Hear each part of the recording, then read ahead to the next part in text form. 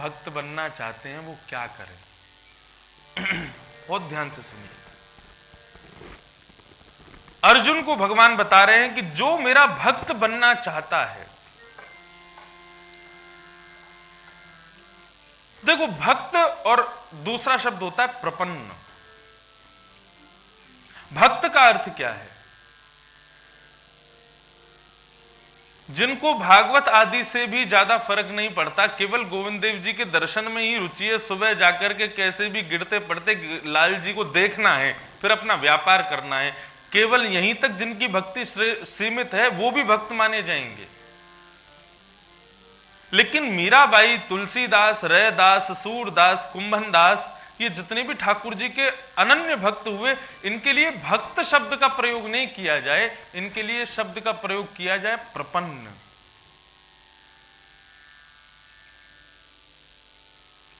भक्त तो सब हैं, मुख से एक बार भी किंचित मात्र भी भगवत नाम ले ले वो भी भक्त माना जाएगा। ऐसे तो कोई अनहोनी होने पर भी आप बोल जाओगे हे भगवान, तो भगवान निकलती आप भक्त भी माने जाओगे। तो भक्त तो बनना बहुत साधारण है, हमें प्रपन्न की राह पर चलना है। प्रपन्न किसे कहते हैं? प्रपन्न का अर्थ होता है साधन की आवश्यकता ना हो फिर भी साध्य मिल जाए, उसको प्रपन्न कहते हैं। जैसे कि एक उदाहरण के रूप में समझिए, आप पहली बार बंबई जा रहे हो, तो बंबई जाने के लिए जयपुर एयरपोर्ट से आपने फ्लाइट पकड़ी, फ्लाइट में बैठ करके आप बंबई पहुंचे, बंबई में मरीन ड्राइव घूमे, गेटवे ऑफ इंडिया घूमे, ताज होटल देखा और वहां पर दुनिया भर की जो भी चीजें वो सब देख दाख करके आप वापस जयपुर आ गए। तो पहली यात्रा में आपको साधन की आवश्यकता पड़ी। साधन क्या है? हवाई जहाज। उसमें बैठ करके आप बंबई पहुंचे, और साध्य क्या था? बंबई साध्य था। प्राप्य वस्तु को साध्य कहते हैं। तो भक्ति प्रपन्न की परिभाषा में साधक, साधन और साध्य, ये तीन बात। साधक कौन है? मैं साधक हूं। साध्य, साधन क्या है? हवाई जहाज साधन है, और साध्य क्या है? बंबई साध्य है। अब इसको आध्यात्मिक रूप से समझें तो मैं साधक, माला जपना, कथा श्रवण करना, तीर्थ यात्रा पर जाना, ठाकुर जी के मंदिर में प्रवेश होकर के सामने खड़े होकर के दर्शन करना, ये सब साधन है।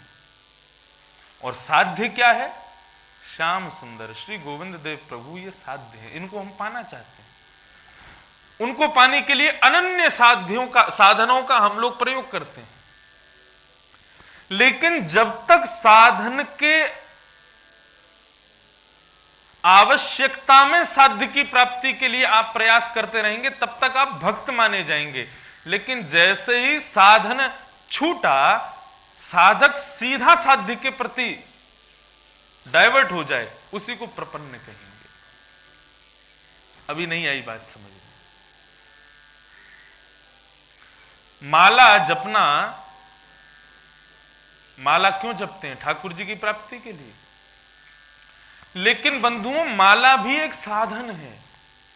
वो साधन का जब तक प्रयोग करते रहोगे तब तक भी भक्त ही माने जाओगे। मैं माला जपने से इनकार नहीं कर रहा, माला जपो, लेकिन जपते जपते जपते जपते जपते जपते जपते जपते जपते एक दिन ऐसी स्थिति आ जाए कि बिना माला के भी हरिनाम संकीर्तन होने लगे, बिना माला के भी भगवत स्मरण होने लगे। भगवत स्मरण तभी होगा जब माला हाथ में होगी। गोविंद देव जी का दर्शन तभी होगा जब मंदिर में जाएंगे, तो आप भक्त हो। बिना मंदिर में जाए, बिना माला के प्रयोग के भी ठाकुर जी का स्मरण होने लग जाए, तो समझो हम प्रपन्न हैं। तो हमारी राह भक्ति के पथ पर चल के प्रपन्न बनने की है। मैं चाहता तो अपनी व्यासपीठ का नाम, अपनी सब वस्तुओं का नाम साधन पथ रख देता, साध्य पथ रख देता। उसका नाम भक्ति पथ ही क्यों है? क्योंकि भक्ति हमारा डेस्टिनेशन नहीं है, भक्ति तो रास्ता है, पथ है। डेस्टिनेशन तो प्रपन्नता है। प्रपन्नता का उदाहरण दें गोवर्धन वाले श्री पंडित जी महाराज, पंडित श्री गया प्रसाद जी महाराज, वे प्रपन्न थे, भक्त नहीं थे। उनका नित्य नियम था रोज प्रातःकाल उठ करके श्री गिरिराज जी की परिक्रमा मार्ग में सोहिनी सेवा करते थे।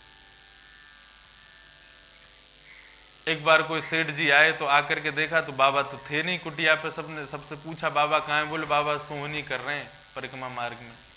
सेठ जी दौड़े दौड़े गए तो वहां क्या देखा कि बाबा एक वृक्ष के नीचे बैठ करके सोहनी अपने हाथ में रख करके और रुदन कर रहे हैं, नेत्रों से अश्रुधार बह रही। सेठ जी ने जाके प्रणाम किया, बाबा के बगल में जाके बैठ गए तो बाबा नेत्र खोल करके देखें और सेठ जी को मानो बता रहे हैं, कितनी झाड़ू लगा लूं, कितनू काटे इनको, कितनू कंकड़न को दूर कर दूं, लेकिन ये नंद को छोरा इतना उद्यमी है, ला ला करके सबरे कांटे इनको यहीं बीच में डाल दे। आज सवेरे सवेरे किशोरी जी के संग भ्रमण कर रहे हो यहाँ पे और घूमते घूमते एक कांटो वाके चरणन में लग गए हो।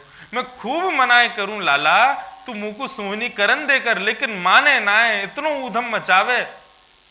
बार बार कंकड़ पत्थरन ने दूर करूं, उनको उठा के बीच में पटक दे, फिर वाके पामन में लग जाए, फिर मुंह को कष्ट हो गए। इसे कहते हैं प्रपन्नता। वो सोहनी इसलिए नहीं करते कि मुझे क्लीन इंडिया रखना है, वो सोहनी इस भाव से करते हैं कि श्यामा श्याम विचरण करेंगे तो उनके चरणों में कोई कीट ना लग जाए, कोई कंकड़ ना लग जाए, कोई कांटा ठाकुर जी के चरणों को कोई ठेस ना पहुंचावे। और बाबा को नियम है तो सोहनी करते करते जब कछु दिना में जब सोहनी झाड़ू छोटी है जाती तो ब्रज रज में गड्ढो करके वही में सोहनी को विराजमान करके प्रणाम करते, पुष्पादि अर्पित करके और वाकू समाधि दे देते। बोले भैया तेने कोई पूर्व जन्म में पुण्य किए होंगे जो ब्रजरज में ही घिस घिस के ब्रजरज में ही डूब गई है। ऐसी सेवा। तो प्रपन्नता का तात्पर्य साधन से साध्य की प्राप्ति नहीं, साधन का प्रयोग तब तक करना है जब तक साधन छूट ना जाए। जैसे ही साधन का सहारा छूटा, आप प्रपन्न स्वयं बन जाओ। तो गीता जी में भगवान कह रहे हैं कि भक्त बनने के लिए क्या करना चाहिए। मन्मना भव मद्भक्तो मद्याजी माम नमस्कुरु। 4 साधन बताए हैं ठाकुर जी ने, बहुत सावधानी से सुनिएगा। ठाकुर जी कह रहे हैं 3 साधन बताए। बोले पहला साधन है मनमना भव मदभक्तो भव।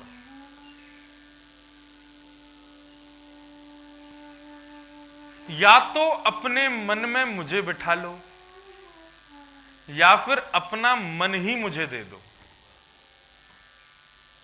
मनमना भव मदभक्तो भव।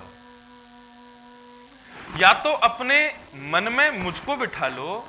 मन में मुझको बिठाने का मतलब क्या है? अब मेरे अलावा किसी का चिंतन नहीं होना चाहिए। मन ना रहे 10-20। गोपियां कहती हैं एक हतो 100, एक ही था हमारे पास, गयो श्याम संग को आराधे को मन ना रहे 10-20। हमारे 10-20 मन नहीं है, एक ही मन है, और वो भी ठाकुर जी ले गए अपने संग। तो पहली बात मनमना भव। या तो अपना मन मुझे अर्पित कर दो। अब आप करके देखो, ठाकुर जी ने देखो यहां पे इतने सरल सरल बनाते चले जाएंगे। ये करके देखो, ये नहीं हो तो ये करके देखो, ये नहीं हो तो ये करके देखो। तो पहला ठाकुर जी कहते हैं मन में मुझे बिठा लो। आप कहोगे कि नहीं हो पा रहा।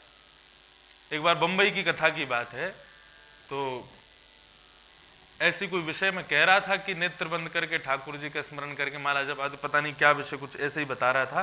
तो एक वैष्णव आए मेरे से मिलने के लिए, वो आकर के मुझे बोले, महाराज जी मैं माला जपते समय आंख बंद नहीं कर सकता। मैंने कि क्यों? बोले मैं ठाकुर जी को देखता रहूं या भागवत जी को दर्शन करता रहूं, मैं बहुत सारी आध्यात्मिक वस्तुएं सामने रख लेता हूं, एक एक को देखता रहता हूं, तब माला करता हूं, तो मेरा मन लगता, नहीं तो नहीं लगता। मैंने कि ये बड़ी विचित्र बात बताई आपने, क्यों? बोले क्योंकि मैं जैसे ही आंख बंद करता हूं तो मेरी आंखों के अंदर अप्सराएं दिखने लग जाती हैं, और उन अप्सराओं का चिंतन करते ही मेरी माला छूट जाती है, ठाकुर जी का स्मरण नहीं होता। अच्छा एक बात कहूं, उसने प्रकट कर दी अपने मन की बात, कई लोग प्रकट नहीं करते, सबके संग होता है ये। आप जिस वस्तु का चिंतन करते हैं वो वस्तु कहीं ना कहीं किसी ना किसी रूप से कलिकाल का रूप धारण करके भजन में विक्षेप डालती है, वो बात अलग है, हम बोलते नहीं है। लेकिन उसने स्पष्ट, अब मैं भागवत मंच पे बैठा हूं, किंचन कथा में नाम नहीं लूंगा, 2-4 हीरोइनों के नाम और बताए उसने, बोले वो दिखती है मेरे को, कैसे करूं भजन? तो मनमना भव, जो भगवान कह रहे हैं कि अपने मन में मुझे बिठाओ, ये बहुत कठिन है, नहीं हो पा रहा ठाकुर जी। तो फिर भगवान दूसरा कह रहे हैं, तो फिर दूसरा उपाय अपनाओ। बोले क्या? मद भक्तो भव। क्या? बोले मन में नहीं बैठा सकते मुझे, तो फिर एक काम करो, अपना मन मुझे ही दे दो, फिर मैं उसको टैकल करूंगा कैसे चलाना है। महाभारत का युद्ध सुनिश्चित हुआ तो अर्जुन और दुर्योधन दोनों भगवान के पास गए, द्वारिकाधीश के पास, और द्वारिकाधीश से जाकर के कहने लगे कि महाभारत का युद्ध होने वाला है, आप किस पक्ष में रहोगे? द्वारिकाधीश बोले, भाई तुम में से जो चाहे मुझे रख लो, लेकिन दोनों तरफ बराबर ही हो, उसके लिए हम एक नियम बता देते हैं, एक तरफ मैं रहूंगा, एक तरफ मेरी सेना रहेगी। मैं जहां रहूंगा वहां द्वारिका की सेना नहीं रहेगी, और मेरा तो नियम रहेगा कि मैं जिस तरफ रहूंगा हाथों में शस्त्र नहीं उठाऊंगा। दुर्योधन बोला, तो ले इनकी क्या पूजा करेंगे अम्मा ले जाके? ये शस्त्र अस्त्र उठाएंगे नहीं, सेना भी लेके आएंगे नहीं, अकेले आएंगे, वो भी निहत्थे रहेंगे, तो केवल भोजन पवाने के लिए इनको अपनी सेना में क्यों लिया जाए? कुछ करेंगे धरेंगे नहीं तो फिर क्या फायदा? दुर्योधन ने तुरंत कहा, तो फिर मैं आपकी सेना ले जाऊंगा। ठाकुर जी बोले ठीक है। दुर्योधन सेना लेकर के चला गया, अर्जुन बचा अकेला। भगवान बोले, अर्जुन फिर से फंस गया तू मेरे चक्कर में, अब तेरे यहां मैं जाऊंगा, भोजन भट्ट बन के रहूंगा, केवल खाऊंगा पीऊंगा, खर्राटे मारूंगा, कुछ करूंगा नहीं, और तुझको अब रखना ही पड़ेगा मुझको। अर्जुन भगवान के सामने, आहा, इसको कहते हैं देखो मन भगवान को देना। अर्जुन ठाकुर जी के सामने बैठ गया हाथ जोड़ करके, बोले कि प्रभु आपको ये बात किसने कही कि मैं आपको मांगने आया था? भगवान बोले, हमको लगा दुर्योधन इसी काम से आया। तुम बोले नहीं, हर व्यक्ति अलग अलग काम से आता है, वो मांगने आया तो जरूरी मैं भी मांगने आया हूं, मैं आपको मांगने तो नहीं आया था।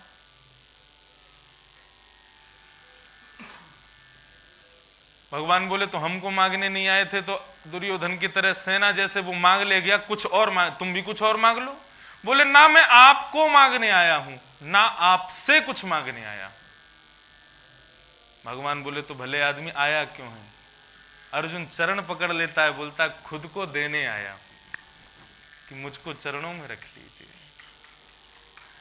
महाभारत का युद्ध मेरे सामने खड़ा है प्रभु, मुझे नहीं पता मुझे क्या करना चाहिए, मैं आपको अपने आश्रित करके ले जाऊं तो आप मेरे ऑर्डर्स का पालन करोगे। अर्जुन तू मुझे लेके आया, तू बता मैं क्या करूं, लेकिन मैं ये नहीं चाहता, मैं खुद को आपको देने आया हूं, अब आप जो कहोगे वो मैं करूंगा। मैं कहता हूं ना कथा में, जहां ले चलोगे वहीं मैं चलूंगा। मद भक्ता भव, ये है मन ठाकुर जी को देना। अपना मन गोविंद देव जी के चरणों में अर्पित कर दो, और इसको कहते हैं पूर्ण समर्पण। अरे देखो एक बात कहूं, सीधी बात, गोविंद देव जी सुन नहीं रहे होंगे, श्रृंगार में व्यस्त होंगे, इसलिए मैं गोपनीय बात बता देता हूं। अपनी जिम्मेवारी अपने ऊपर मत रखो, ठाकुर जी पर छोड़ दो। बोले आप देखो क्या होगा, आप जानो मेरे लिए क्या सही क्या गलत, मैं निर्णय करने में सक्षम नहीं हूं प्रभु, मैं तो बस इसी में सक्षम हूं। क्या? एक छोटा बालक जैसे अपनी मां के आश्रित रहता है, मां खिलाएगी तो खाऊंगा, मां पिलाएगी तो पीऊंगा, मां नहलाएगी तो नहाऊंगा, ऐसे ही मैं भी आपके आश्रित हूं प्रभु। तो मन मना भव मद भक्तो, तो पहला उपाय ठाकुर जी ने क्या बताया? क्या बताया? मन में मुझे रखो, मन में तुझे बिठा के कर लूंगी बंद आंखें, पूजा करूंगी तेरी।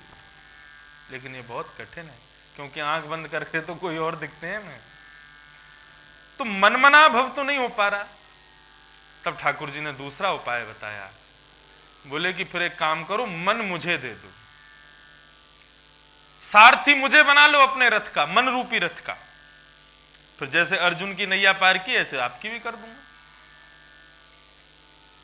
आप कहोगे ये भी नहीं कर पा रहे हम, मन भी आपको नहीं दे पा रहे, तो फिर भगवान ने तीसरा उपाय बताया, बोले मद्याजी भव।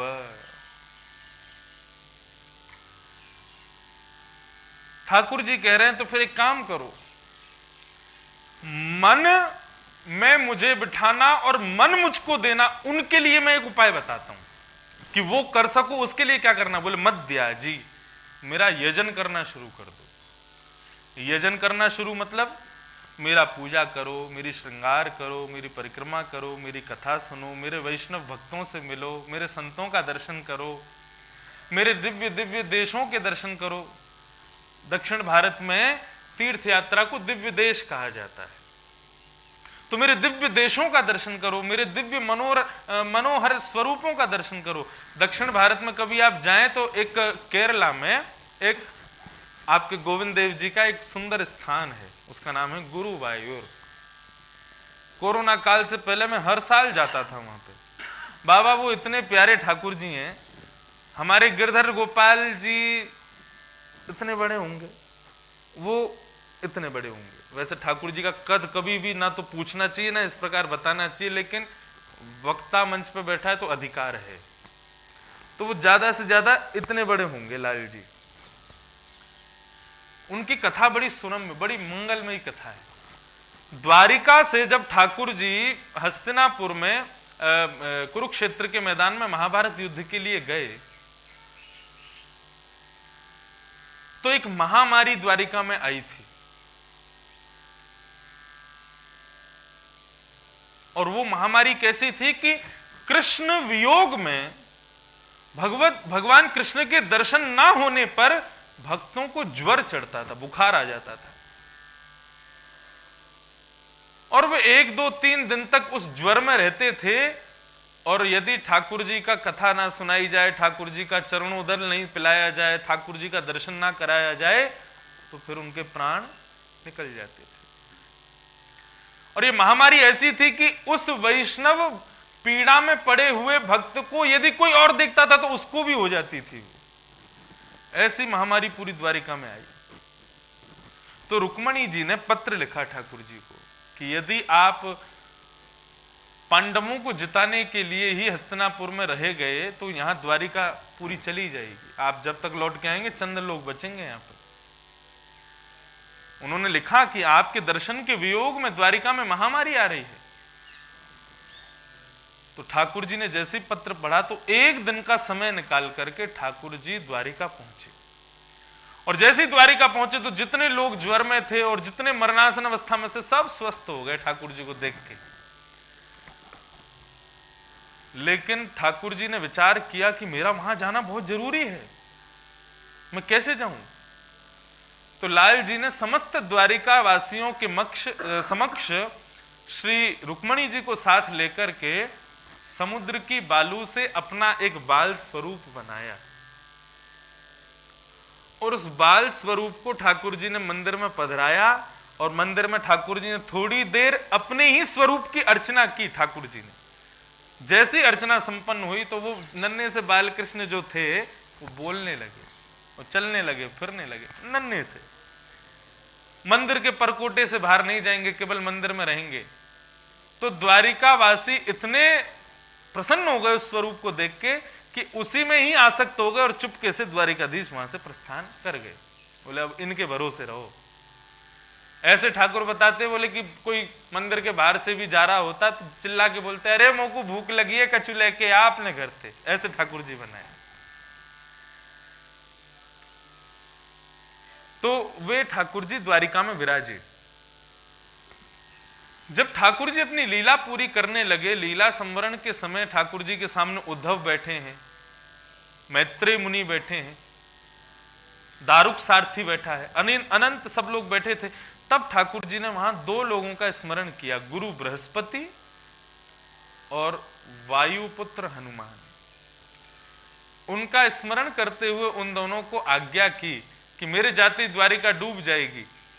तो अर्जुन को तो कहा कि मेरी पटरानियों को लेकर के किशोरी जी की शरण में चले जाओ। गुरु बृहस्पति और वायुपुत्र को आज्ञा की कि द्वारिका में एक मेरा बाल रूप विराजता है, जिसको मैंने अपने हाथों से निर्मित किया है। मेरे जाने के बाद द्वारिका डूब जाएगी, वो भी डूब जाएंगे, लेकिन मैं चाहता हूं कलयुग के लोगों को उनका दर्शन प्राप्त हो, इसलिए आप उनको यहां से किसी और स्थान पर ले जाइए। तो गुरु बृहस्पति ने एक मंगल स्थान का चयन किया दक्षिण भारत में, और वायुपुत्र हनुमान जी उनको वहां से ले जाकर के वहां पर स्थापित किए, इसलिए उनका नाम पड़ा गुरु वायुर। बालकृष्ण प्रभु का मंदिर है, अद्भुत मंदिर है। अब देखो, हमने कथा सुनाई गुरुवायूर की, तो आपके मन में इच्छा प्रकट हुई ना कि हमको जाना चाहिए। यही कारण है ठाकुर जी कह रहे हैं, मद्या जी मेरी कथा सुनो, मेरे वैष्णवों के संग रहो, मेरा यजन करो, मेरा श्रृंगार करो, मेरा दर्शन करो। बोले इनको करते करते एक दिन ऐसा आएगा फिर तुम मुझे अपना मन दे पाओगे, या फिर अपने मन में मुझे बिठा पाओगे। तो मद्या जी। अब आपने कही, बोले नहीं महाराज, हमसे श्रृंगार भी नहीं हो रहा है, हमसे कथा भी नहीं सुनी जा रही है। कभी कभी हम गिरधर गोपाल जी से दूर रहते हैं, तो कभी कभी हमारे साथ में जो मित्रगण रहते हैं, वैष्णव ब्राह्मण विद्यार्थी, कभी कभी वो सेवा करते हैं लाल जी की।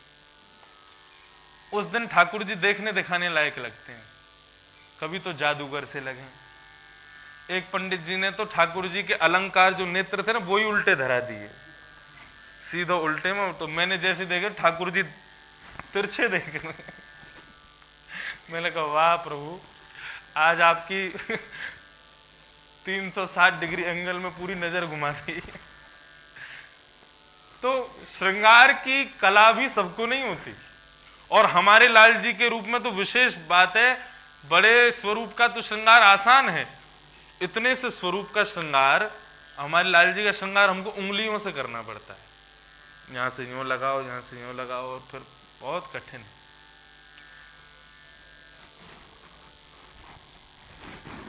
तो मद्या जी माम नमस्कुरु।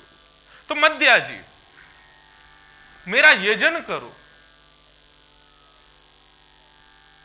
और मेरा यजन भी यदि तुमसे नहीं होता है, मेरा पूजा श्रृंगार आदि भी तुमसे नहीं हो पाता है, तो फिर अंतिम उपाय ठाकुर जी ने बताया, वाह जय साईं अम्मा।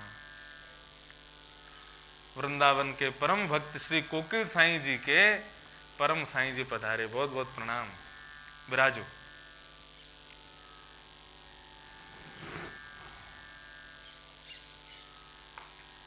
मद्या जी मेरा यजन करो, उससे तुमको आसानी पड़ेगी मुझको मन देने में। आप कहोगे नहीं ये भी नहीं हो रहा, तो भगवान बोले भले आदमी माम नमस्कुरु, तू केवल रोज एक बार मुझको प्रणाम ही कर लिया कर बस, और कुछ मत कर, मैं उसी से तेरा कल्याण कर दूं। ये उपाय ठाकुर जी गीता जी में बता रहे हैं। या तो मन मुझे दो, या फिर मन में मुझे बिठाओ, या फिर मेरा श्रृंगार आदि, मेरा चिंतन कथा श्रवण आदि ये सब करो, कुछ भी ना बने तो माम नमस्कुरु, दूर से ही प्रणाम कर लिया करो बस। इतने मात्र से ही कल्याण। अरे ठाकुर जी की इच्छा होगी तो कल्याण हो भी जाएगा। करौली में श्री मदन मोहन जी विराजते हैं। तो करौली क्षेत्र में जब श्री मदन मोहन जी विराजे तो मदन मोहन जी के विराजने से पूरे करौली में बहुत बदलाव आए। वहां हिंदू भी रहते हैं, मुस्लिम भी रहते हैं, लेकिन श्री मदन मोहन जी के विराजने के बाद वहां हिंदू मुस्लिम ऐसे रहते हैं जैसे आपस में प्रेम भाई बंधु हों। ये वहां की दिव्यता है।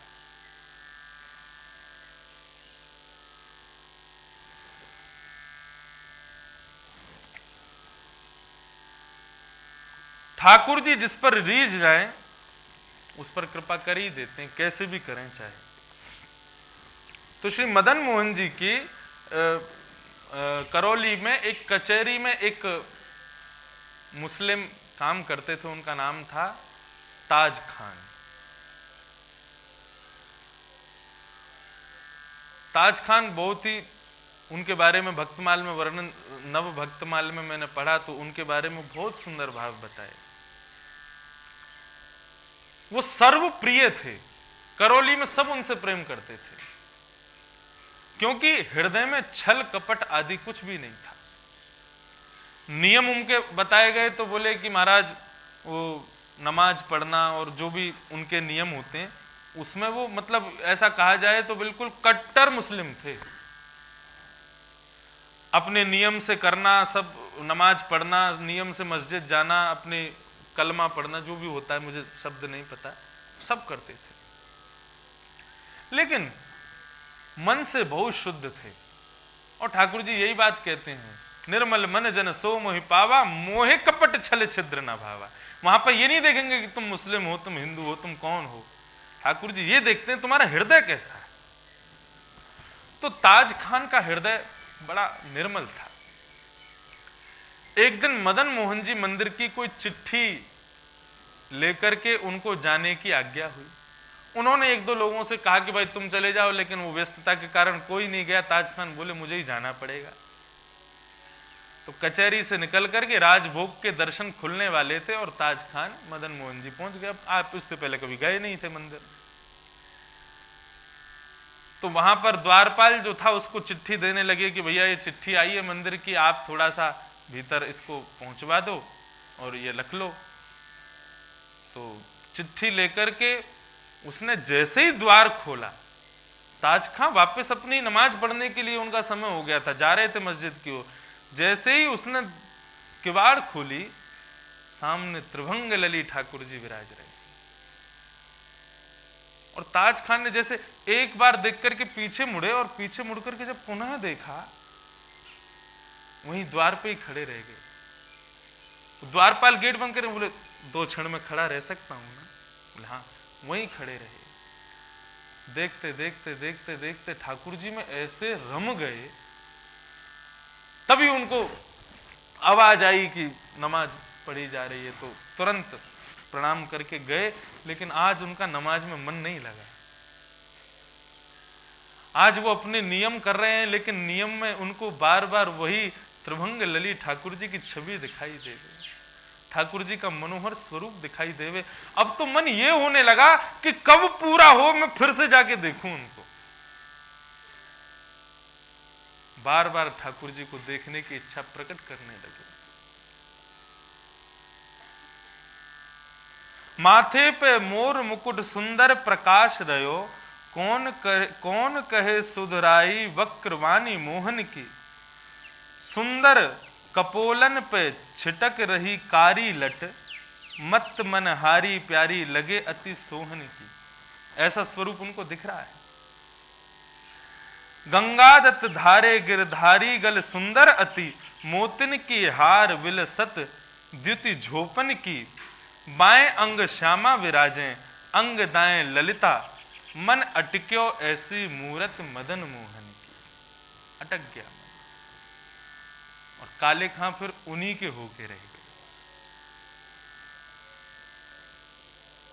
तो ये माम नमस्कुरु वाला जो भाव है, ठाकुर जी ने 3 उपाय बताए। मन मुझे दो, मन में मुझे रखो, मेरा यजन करो। कुछ भी नहीं कर पाओ तो मेरी दहलीज पे आके केवल हाथ जोड़ के प्रणाम मात्र कर लो।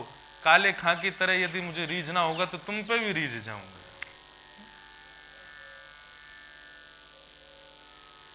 तो ये 4 उपाय बताए ठाकुर जी ने प्रपन्न बनने के गीता जी में। इनको स्मरण में रखिएगा, इनको लिख लीजिएगा और इनको याद रखिएगा। यही पथ है भक्ति का, यही अपनाना है। कहां से शुरू करोगे? माम नमस्कुरु, नमस्कार से शुरू करो। मध्याजी, उसके बाद ठाकुर जी का यजन श्रृंगार करने का प्रयास करो। और उसके बाद मद भक्ता भव, मन या तो मुझे दे दो या फिर मन में मुझे बिठा। ये भक्ति के उपाय ठाकुर जी बता रहे हैं। तो 4 प्रकार के भक्तों का वर्णन हमने सुना। उसके बाद प्रश्न किया गया, बोले महाराज माया क्या है, मुझे माया के बारे में बताइए। तब बताया कि माया सृष्टि पालन संहार को ही माया कहते हैं, यही माया है। इस संसार में भगवान के अलावा किसी और वस्तु पर यदि रीझ रहे हो आप, उस माया से बचो। तब राजा ने प्रश्न किया माया से कैसे बचा जाए। तब माया से बचने के उपाय में प्रबुद्ध नाम के प्रबुद्ध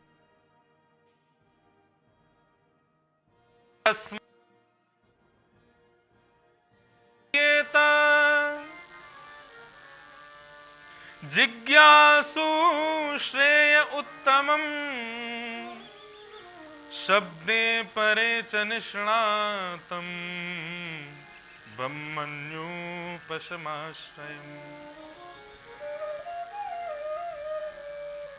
माया से यदि बचना चाहते हो तो किसी सद्गुरु की शरण ग्रहण कर लो।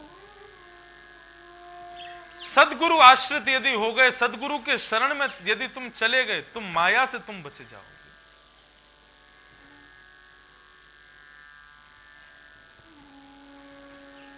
और सद्गुरु कैसा होना चाहिए? बोले शब्दे परेच निष्णातम, शब्द ब्रह्म का अच्छा ज्ञान हो उनको, यानी कि वेद शास्त्र आदियों का अध्ययन किया हो। और परेच निष्णातम यानी कि ठाकुर जी की सेवा में भी खूब निपुण हो। ऐसे वैष्णव भक्त के, ऐसे वैष्णव गुरु की शरण में चले जाओ। भगवान एकादश स्कंद में श्री उद्धव जी महाराज से कहते हैं कि उद्धव,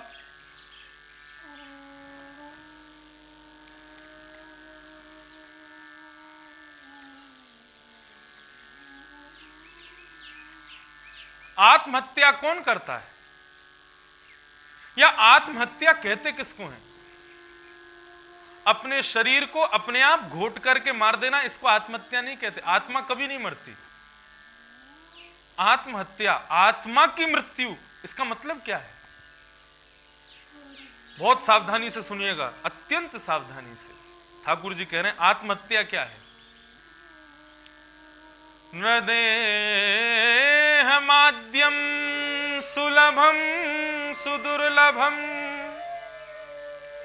प्लवम सुकल्पम गुरुकर्णधारम मयानुकूलेन न भस्वतेरितम पुमान भवाब्धिम न तरेत् स आत्मा। आहा, ठाकुर जी कह रहे हैं आत्मा की हत्या कौन करता है? और आत्मा की हत्या होती कैसे?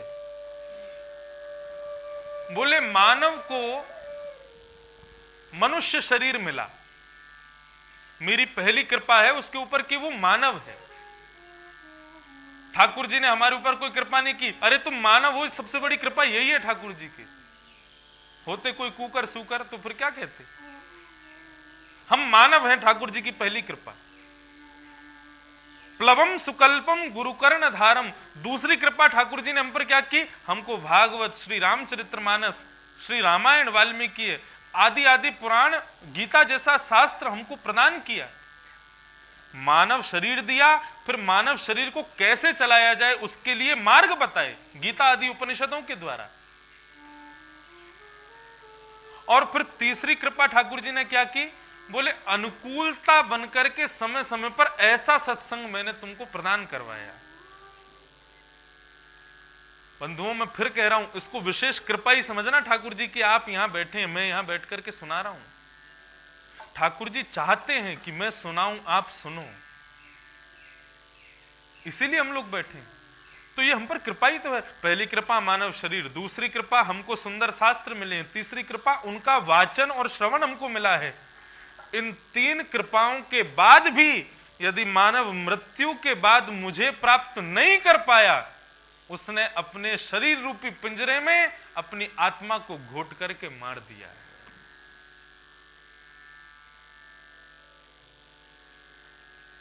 और एक बात कहूं, मरने के बाद का इंतजार मत करना।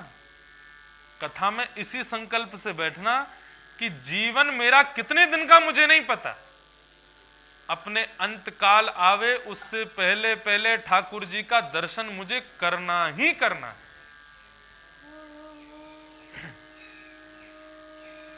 वो मुझे करना ही।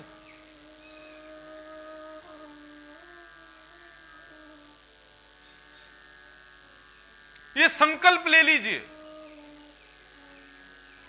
इस संकल्प के साथ कथा सुनिए, ठाकुर जी का दर्शन कीजिए, सत्संग कीजिए, कहीं फिर देर ना हो जाए। मृत्यु के बाद तो कोई भी ठाकुर जी को पालेगा। अरे श्रीमद् भागवत में तो ऐसा भी वर्णन आता है कि मृत्यु के बाद जो लोग वैकुंठ जाते हैं उनको वैकुंठ में कंस, रावण, शिशुपाल, दंतवक्र आदि भी दिखाई देते हैं। वो भी सब वैकुंठ में बैठे हैं, पूतना भी है वैकुंठ में। क्यों? ठाकुर जी के द्वारा मारे गए तो इसलिए वैकुंठ मिला उनको। हम इतनी भक्ति करके वैकुंठ गए, इतनी मेहनत करके वैकुंठ गए, और वो गाली दे करके ठाकुर जी के संग इतना गलत करके वैकुंठ चले गए, तो हम में उनमें अंतर क्या रह गया? लेकिन हां, वैकुंठ में जब सूरदास जी गए होंगे ना, तो कंस ने भी प्रणाम किया होगा। वैकुंठ में जब मीराबाई गई होगी ना, तो रुक्मणी आदि ठाकुर जी की पटरानियों ने भी उनकी नजर उतारी होगी, उनको देख करके अपने हृदय से लगाया होगा। वैकुंठ में जब नरसिंह मेहता पहुंचे होंगे ना, तो आसन से उठ करके द्वारिकाधीश ने उनके लिए द्वार खोला होगा। सामान्य नहीं है भक्त बन करके वैकुंठ प्राप्त करना। और भक्त हम बने क्यों हैं?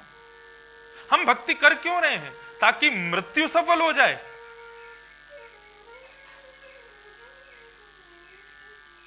मृत्यु सफल बनाने के लिए भक्ति नहीं है। मृत्यु आ जावे उससे पहले पहले गोविंद देव जी हमको दर्शन दे दें, इसके लिए भक्ति कर रहे हैं हम।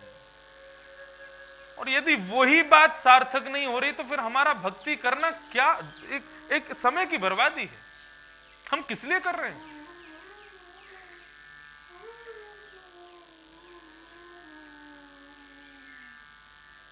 हृदय माध्यम सुलभम सुदुर्लभम प्लवम सुकल्पम गुरु कर्ण धारम मयानुकूलेन नभस्वतेरितम पुमान भवाब्धिम न तरेत स आत्मा।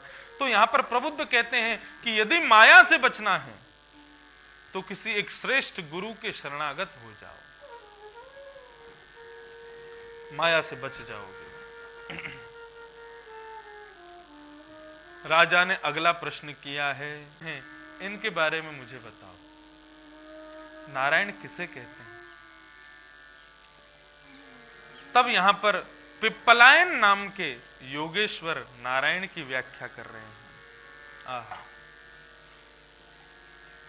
स्थित्यद्युदभव प्रलय हेतु रहेतु यस्य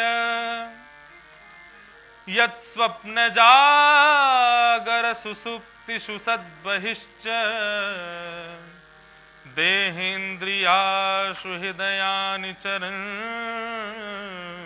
येन सुञ्जीवितानि तव वेहि परम नरेन्द्र। नारायण कौन है, उनके बारे में जानो। तो यहां पर बताया है कि जिनसे स्थित होता है, जिनसे प्रारंभ होता है और जिनमें लय हो जाता है, उनको नारायण कहते हैं। जिन्होंने सृष्टि को बनाया, अब सृष्टि का पालन कर रहे हैं और सृष्टि का संहार कर देंगे, उनको नारायण कहा जाता है। आप कहोगे समझ में नहीं आ रहा, कुछ और बताओ। ये समझ नहीं आता तो दूसरा सुनो, यत स्वप्न जागर सुसुप्ति सद बहिश्च। आप सोते हैं तो सोते सोते कभी कभी आपको लगता होगा कि मैं एक वन में घूम रहा हूं और वन में बहुत सारे हिंसक जीव घूम रहे हैं। तभी महाराज एक शेर दौड़ता दौड़ता आया, आकर के उसने मुझ पर झपट्टा मारा, झपट्टा मार के मेरे गले को अपने मुख में लिया। जैसे ही शरीर ने गले को मुख में लिया, तुरंत मेरी आंख खुल जाती है। तुम क्या देखता हूँ, एसी चल रहा है, बढ़िया बिस्तर पर सो रहा हूँ, लेकिन मेरी सुसुप्ति में शेर ने काटा, पीड़ा हुई, रक्त निकला। ये अनुभव मुझे किसने कराया? नारायण। हमारी निद्रा के समय पर भी जो प्रत्येक अनुभव हमको कराते रहते हैं, जागृत स्थिति में भी क्या सही है क्या गलत है, ये अनुभव हमको कराते रहते हैं। ये अनुभव कराने वाला जो है तत्व, वो नारायण, वो भगवान। आप कहोगे अब भी नहीं समझ में आया, कुछ और बताइए। तब तीसरा बात बताइए, देहेन्द्रियाशु हृदयानि चरन्ति येन,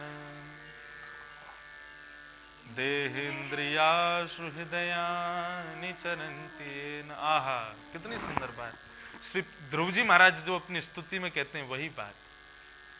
आंख है, हाथ है, पैर है, कान है, मुख है, प्रत्येक इंद्रिय युक्त हम हैं, लेकिन इन्हीं इंद्रियों से युक्त मरा हुआ शव भी है।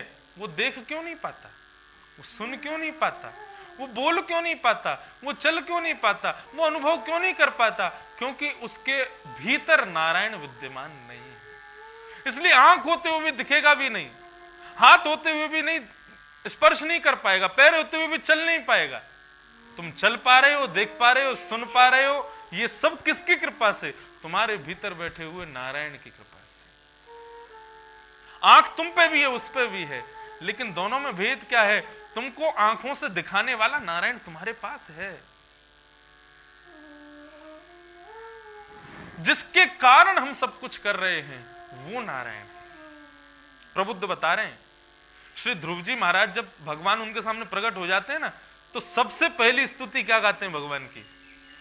योऽन्तः प्रविश्य मम वाचमिमां प्रसुप्तां संजीवयत्यखिल शक्तिधर स्वधाम्ना अन्यांश हस्तचरण श्रवण त्वगादि प्राणान्नमो भगवते पुरुषाय तुभ्यम्।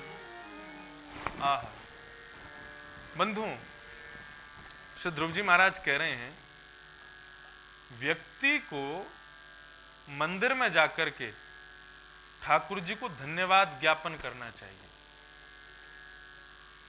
आप अमेरिका घूम के आए, स्विट्जरलैंड घूम के आए, मनाली घूम के आए, कश्मीर घूम के आए, कहीं भी घूम के आते ही अपने घर के ठाकुर जी को प्रणाम करो। बोले आपने मुझे सुंदर आंख दी, उनसे मैं इतना सारा सब कुछ देख के आया हूं, इन आंखों को देने के लिए धन्यवाद। दर्शन करके आंखों से धन्यवाद, कथा सुन करके कानों से धन्यवाद। मैं इन कानों से अरिजीत सिंह को सुनता हूं, सोनू निगम को सुनता हूं, और कौन है, जगजीत सिंह को सुनता हूं, पंडित जसराज को सुनता हूं, सुंदर शब्द इन कानों से सुनता हूं, लेकिन आज मैं आपकी कथा सुन करके कान देने के लिए धन्यवाद कहता हूं।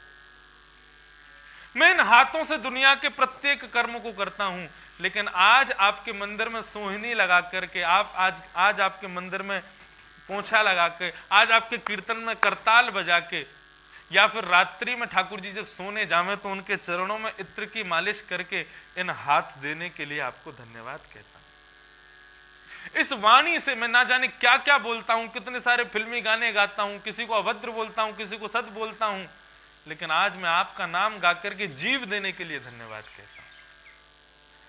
अपनी प्रत्येक इंद्रिय से ठाकुर जी को धन्यवाद कहना चाहिए।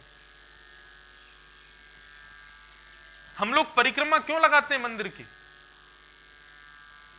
प्रदक्षिणा इसीलिए लगाई जाती है, चरण देने के लिए धन्यवाद कहा जाता है ठाकुर जी को। आपने पैर दिए, मैं प्रदक्षिणा करके आपको धन्यवाद कह रहा हूं। जो लोग दंडवती परिक्रमा लगाते हैं, वो दंडवती परिक्रमा के द्वारा अपने सर्वांगीण अंग से धन्यवाद कहते हैं ठाकुर जी को, ये देने के लिए धन्यवाद। तो हमारे शरीर को चलने फिरने उठने बैठने की जो संपूर्ण शक्ति प्रदान करता है वो नारायण। एक बार एक घर में एक मृत्यु हो गई, पत्नी बच्चे भाई बंधु सब चारों तरफ से घेर करके रो रहे थे। तभी एक संत आ गए। संत ने आकर के कहा, क्यों रो रहे हो? पत्नी ने कहा, मेरा पति चला गया। बेटा ने कहा, मेरे पिताजी चले गए। माँ ने कहा, मेरा बेटा चला गया। बहन ने कहा, मेरा भाई चला गया। सब अपने अपने रिश्ते दिखाने लगे। संत ने पूछा, कहां गया? बोले, हमको छोड़ के चला गया। बोले, कहां? विदेश? बोले, नहीं विदेश नहीं, वो हमको छोड़ के कहीं चला गया, परदेश, कहीं भगवान के पास चले गए। बोले, कैसा था देखने में? बोले, लंबे घुंघराले बाल थे, बड़े बड़े नेत्र थे, सुंदर नाक थी, इतना लंबा कद था। तो संत ने शव की ओर देख के कहा, बोले, यही है क्या? बोले, हाँ है, यही है। तो ये तो तुम्हारे सामने सो रहा है, तुम कह रहे कहीं चला गया? बोले, नहीं ये तो सो रहा है, लेकिन इसके भीतर जो था वो चला गया। संत ने कहा, तुमने उसको कभी देखा था जो इसके भीतर था? बोले, देखा तो कभी नहीं। तो फिर रो क्यों रहे हो? जिसके लिए तुम रो रहे हो, बड़ा कद वाला, घुंघराले बाल वाला, विशाल नेत्र वाला, वो तो ये है, तुम्हारे सामने सो रहा है। तुम रो किसके लिए रहे हो? बोले, उसके लिए रो रहे हैं जो उसके भीतर था। तो बोले, उसको तुमने कभी देखा नहीं, तो फिर उसके लिए रो क्यों रहे हो? कितना भी घूम फिर लीजिए, इस बात पर आपको आकर के इस बात को स्वीकार करना पड़ेगा कि देह से संबंध आपका था ही नहीं। आपका संबंध नारायण से था, जो उसके भीतर थे, जिनको आपने कभी देखा नहीं। वो चले गए तो रुदन हो रहा है। ये भी एक माया है कि हम उस नारायण को स्वीकार नहीं करते। हम यही कहते रहते हैं कि ये चला गया, ये चला गया। ये नहीं गया है, ये तो यहीं बैठा है। अब तक चल फिर बोल रहा था, किसकी कृपा से? बोले, नारायण की कृपा से। वो नारायण इसको छोड़ के चले गए, वही नारायण है। अब आया समझ में कौन है नारायण? लेकिन प्रभु यहां पिप्पलायन क्या कहते हैं, इतने में भी यदि समझ में नहीं आ रहा है कि नारायण कौन है, तो फिर वो क्या कह रहे हैं? आहा,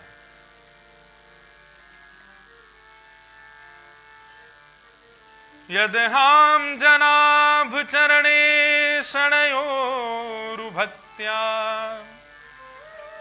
चेतो मलानि विधमेद गुणकर्म जानी तस्मिन् विशुद्ध उपलभ्यत आत्मतत्त्वम् साक्षात् यथा मलदृशो सवित्र प्रकाश। आहा, बोले, इतना समझाने के बाद भी यदि आपको समझ में नहीं आ रहा है, कई लोग तो इसीलिए सर हिला रहे हैं कि भाई कथा आगे तो भी बढ़ेगी, लेकिन नारायण को अब भी नहीं समझ पाए हो, तो यहां पर क्या कहते हैं? बोले, देखने के लिए आंख तो है और वस्तु दिखने के लिए प्रकाश भी भरपूर है, लेकिन जिस दर्पण को आपने देखना है, उस दर्पण पर बहुत सारा मैल लगा हुआ है। तो कितना भी सूर्य प्रकट हो जाए, कितनी भी आंखों पे चश्मा लगा लो, दर्पण में दिखेगा ही नहीं कुछ भी। समझ में आई बात? इनडायरेक्ट वे में पिप्पलायन कह रहे हैं, बोले, तुम्हारा हृदय अभी भी मलिन है, इसलिए नहीं समझ पा रहे। उसकी मलिनता जब तक दूर नहीं होगी। अब देखो, देखने को दृष्टि है, दृष्टि है आप सब पे। सूर्य का प्रकाश भी भरपूर। सूर्य कौन है? श्रीमद् भागवत सूर्य है। हमको कितना सारा ज्ञान मिल रहा है, ये प्रकाश ही तो ज्ञान है, ये ज्ञान ही तो प्रकाश है। प्रकाश भी है, देखने को दृष्टि भी है, फिर भी ठाकुर जी नहीं दिख रहे हैं। तो बोले, अब भी चित्त मलिन है आपका, इसलिए नहीं दिख रहे हैं। उस चित्त मलिन को कैसे दूर किया जाए? तब कहते हैं, यद हम जनाभ चरणो शणयोरुभक्त्या। आहा, बोले, पद्मनाभ भगवान के श्री चरणों में इष्णायुक्त तृष्णायुक्त भक्ति करो। तृष्णा किसे कहते हैं? श्री भीष्म पितामह अपनी स्तुति में गाते हैं, अति इतिमति रूपकल पिता वितृष्णा, अब मेरा मन तृष्णा रहित हो गया है। ऐसा कहते हैं, तृष्णा न जीर्णा वयमेव जीर्णा। हम बुढ़े हो जाते हैं लेकिन हमारी तृष्णा कभी बुढ़ी नहीं होती। तृष्णा का मतलब क्या है? आंखों से दिखना बंद हो जाएगा लेकिन आंखों की देखने की इच्छा कभी खत्म नहीं होती। कानों से सुनना बंद हो जाएगा लेकिन सुनने की इच्छा कभी खत्म नहीं होती। पैरों से चलना बंद हो जाएगा लेकिन पैरों की चलने की इच्छा कभी पूरी नहीं होती। तो ये जो इच्छा है ना, इसी को तृष्णा कहते हैं।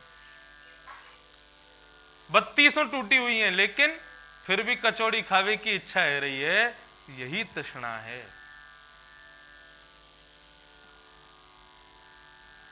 तो यहां पर पिप्पलायन कहते हैं, ठाकुर जी के चरणों की भक्ति कैसे करो? बोले तृष्णा युक्त करो। भले ही आंख थक जाए देख के फिर भी देखते रहो, कान थक जाए सुन सुन के फिर भी सुनो, हाथ थक जाए सेवा कर करके फिर भी करो, पैर थक जाए परिक्रमा लगा लगा करके फिर भी लगाओ, संपूर्ण शरीर शिथिल हो जाए फिर भी ठाकुर जी को एक किंचित मात्र भी अपने से दूर मत करो। इसी को कहते हैं तृष्णा रूपी भक्ति। बोले आप कहोगे कि इतना कठिन व्रत क्यों करें हम?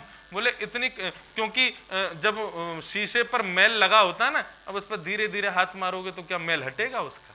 और धीरे धीरे हाथ मारोगे तो क्या उस पर लगी जो गंदगी वो दूर होगी? बढ़िया पोंछा लेके बढ़िया उसको गीला करके रगड़ा मारोगे तभी दूर होगा। तो ये मलिन हृदय कब दूर होगा? बोले तृष्णा युक्त भक्ति कर, तब हृदय की मलिनता जाएगी। तब क्या होगा? बोले साक्षात यदा मलदृशो सवित प्रकाश। हृदय की मलिनता जैसे ही दूर हो जाएगी फिर क्या होगा? बोले सांवरिया मन भाया रे, सांवरिया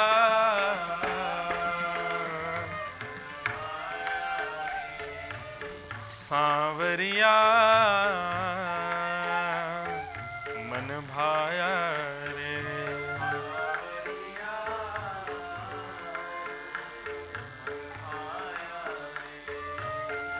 सांवरिया मन भाया रे,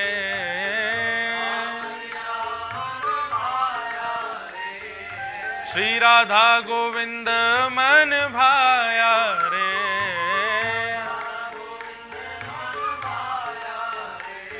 हे सांवरिया मन भाया रे,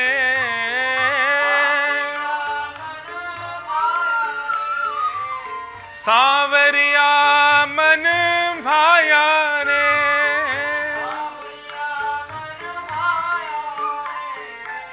सांवरिया मन भाया रे।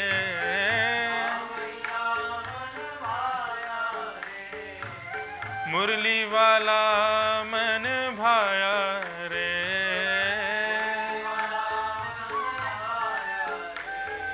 सांवरिया मन भाया रे, सांवरिया। श्री राधा गोविंद लाल की।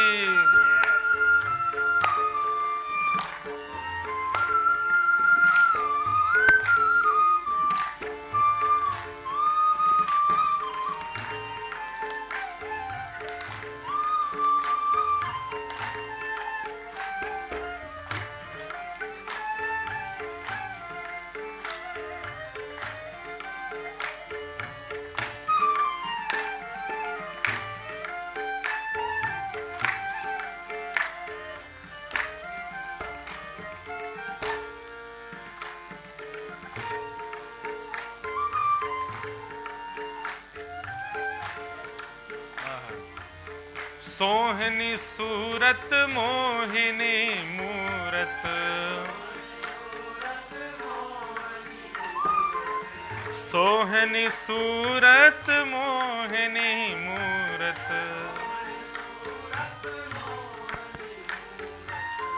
सोहनी सूरत मोहिनी मूरत,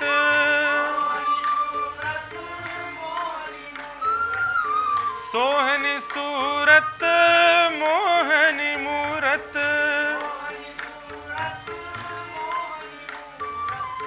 सोहनी सूरत मोहनी मूरत, हृदय बीच समाया रे,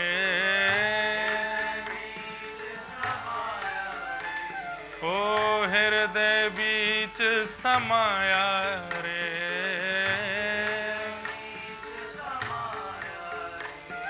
सांवरिया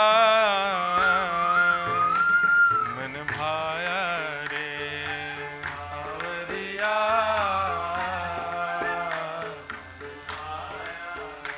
ओ मुरली वाला मन भाया रे।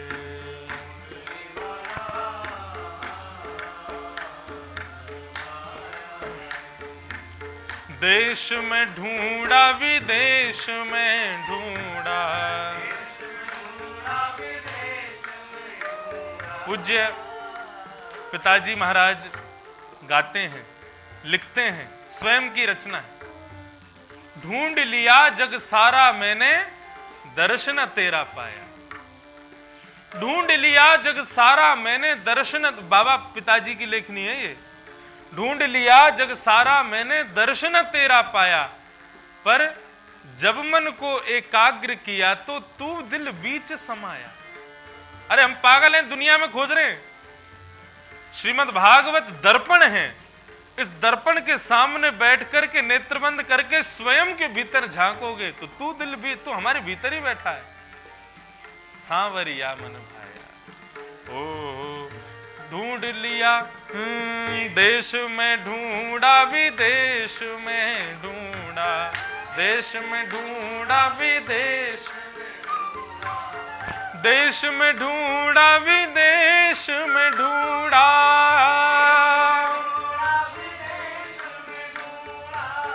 हृदय बीच समाया रे, हृदय बीच समाया, ओ हृदय बीच समाया रे,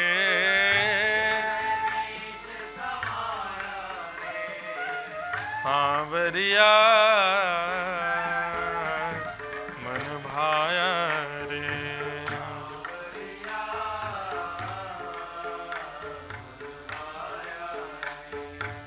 मुरली वाला मन भाया रे।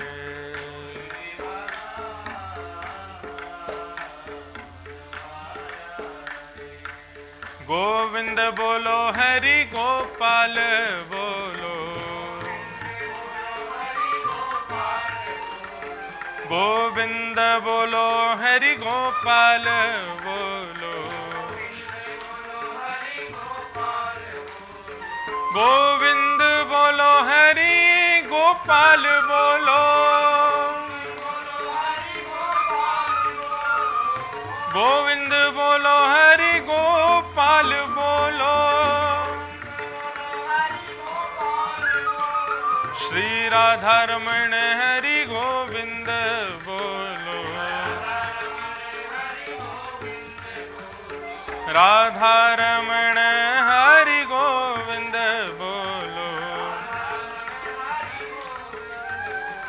श्री गोविंद बोलो गोपाल बोलो, श्री गोविंद बोलो गोपाल बोलो,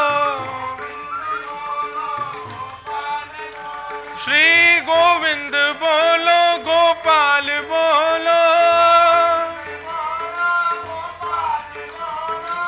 गोविंद बोलो गोपाल बोलो,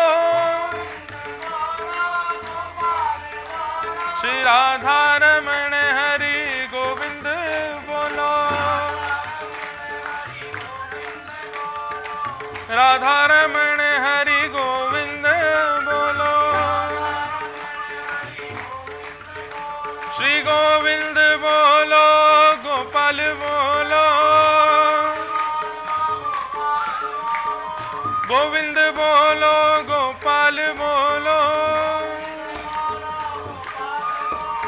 राधा रमण हरि गोविंद बोलो, राधा रमण हरि गोविंद बोलो, श्री गोविंद बोलो, हरि गोपाल बोलो, श्री गोविंद बोलो, हरि गोपाल बोलो, श्री राधा रमण हरि गोविंद बोलो, राधा रमण हरि गोविंद बोलो, श्री गोविंद बोलो, हरि गोपाल बोलो, श्री गोविंद बोलो, हरि गोपाल बोलो, श्री गोविंद बोलो, हरि गोपाल बोलो।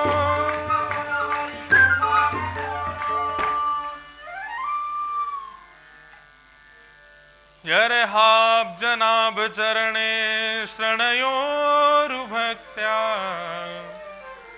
चेतो मलानि विधमेद गुणकर्म जाने, तस्मिन् विशुद्ध उपलभ्यते आत्मतत्त्वम्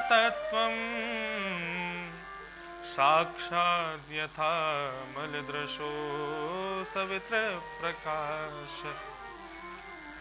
अच्छा, एक बहुत जरूरी जानने योग्य बात। आप मुझसे कहेंगे कि आप नारायण को जानो, ये बात जरूरी क्यों है? सबसे पहली बात तो नारायण और गोविंद में भेद मत समझना। स्वयं श्री नारायण ही गोविंद बन के पधारे। दूसरी बात, नारायण को जानना इसलिए जरूरी है, यहां पर लिखा है नारायण परो माया। जो माया ठाकुर जी से मिलने में विक्षेप डालती है, उस माया से आप दूर तभी हो पाओगे जब नारायण को जानोगे। इसलिए नारायण को जानना जरूरी है, क्योंकि हृदय में केवल एक ही रहेगा, या तो माया रहेगी या नारायण रहेंगे। यदि नारायण समझ में नहीं आ रहे हैं तो इसका तात्पर्य यही है कि माया जीवन में बैठी है, अभी भी हृदय में है माया। इसलिए नारायण को जानना बहुत जरूरी है। किसी की मृत्यु पर कोई रोता है, किस लिए रोता है? क्योंकि माया है भीतर। नरसिंह मेहता जी के युवान पुत्र, और युवान भी नहीं, किशोर पुत्र, बालक थे, अत्यंत ज्वर में, अत्यंत पीड़ा में थे। नरसिंह मेहता उस समय भी कीर्तन कर रहे हैं। एक दिन ब्रह्म बेला का समय हुआ कि उनके पुत्र ने अपने शरीर का परित्याग कर दिया, ठाकुर जी के धाम को प्रस्थान कर गया। एकमात्र इकलौता पुत्र। उस समय भी नरसिंह मेहता कीर्तन कर रहे हैं, और उनके कीर्तन को सुन के संसार के मायावी लोग उन पर उंगलियां उठाने लगे। लेकिन उस समय भी कीर्तन करना नहीं छोड़ा। तभी उनको दिव्य दर्शन होता है क्या, कि उनके पुत्र के शव के सामने मोर मुकुटधारी श्याम सुंदर खड़े हैं, और श्याम सुंदर की मनोहर छवि के पीछे से उनका पुत्र आकर के ठाकुर जी के बगल में खड़ा हो जाता है। और ठाकुर जी कहते हैं, बोले अब चिंता करने की बात नहीं है, अब तुम्हारा पुत्र हमारी दिव्य लीला में प्रवेश कर चुका है, अभी हमारे संग निवास करे। तो माया हमें ठाकुर जी हमें संसार के वास्तविकता से सदैव दूर रखती है। मृत्यु के समय रुदन उस व्यक्ति के लिए नहीं है, नारायण के लिए है, कि हमारे एक पुत्र के भीतर, हमारे पति के भीतर, हमारे भाई बंधु के भीतर नारायण विराजते थे, लेकिन अब चले गए। इस वियोग में हम रुदन करते हैं। उसके लिए रुदन नहीं है, वो तो बैठा है सामने, और वो ऐसा ही था हमेशा से, लेकिन उसकी शक्तियां चली गई। वो शक्तियां ही तो नारायण हैं। इसलिए नारायण को जानना बहुत जरूरी है, क्योंकि नारायण को जानने से ही माया का पर्दा हमारे ऊपर से हटेगा, और माया का पर्दा हटते ही ठाकुर जी दिखने लग जाएंगे। तो इस प्रकार माया को जानो, और यदि फिर भी आप माया से नहीं बच पा रहे हो तो फिर पद्मनाभ भगवान के चरणों का आश्रय लेना शुरू कर दो।